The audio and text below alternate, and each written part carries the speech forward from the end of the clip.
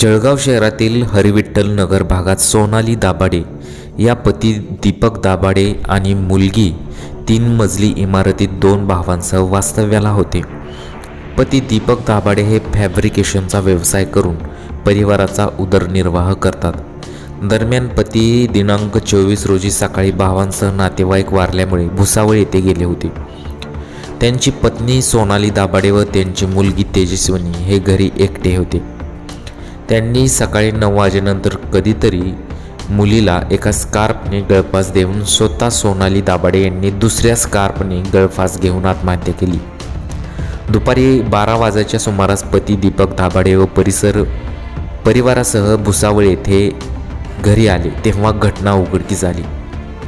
3ऱ्या मजल्यावर पती गेले असता आतून दरवाजा लावून घेतला होता. तेव्हा दरवाजाला धक्का मारून आत गेल्यावर दोघांचे मृतदेह पाहताच पती दीपक यांनी एकच हंबरडा फोडला.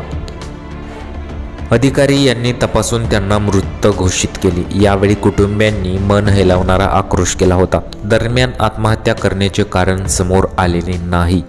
याबाबत रामानंदनगर पोलीस ठाण्यात आकस्मिक मृत्यूची नोंद करण्यात आलेली आहे. जरी कारण समोर आलं नसलं तरी या चिमुकल्याची मात्र काय चूक होती, अशा प्रतिक्रिया बऱ्याच युजरांनी केलेल्या आहेत.